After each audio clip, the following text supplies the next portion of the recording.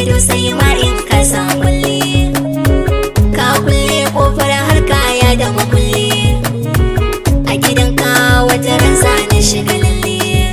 In so ya kai so ni da kai ba zan yi fushi san ba. In maza da yawa ke bi na ko da